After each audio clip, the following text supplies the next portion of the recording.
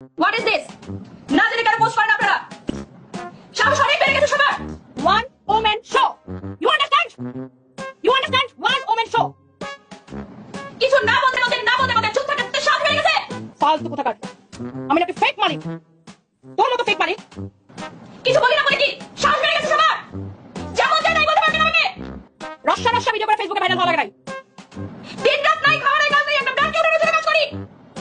মেজাজটা এমন চড়াইছে ও আমার, আমি নাকি ফেক মালিক?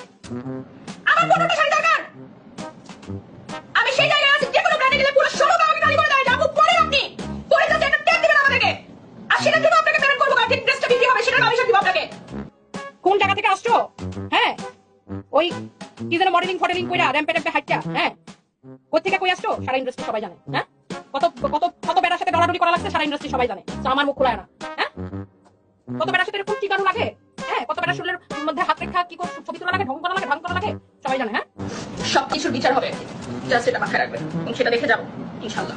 সারা জীবন এটা জামাই ছিল, এখন নাই, এখন আমি ওয়ান ওমেন শো।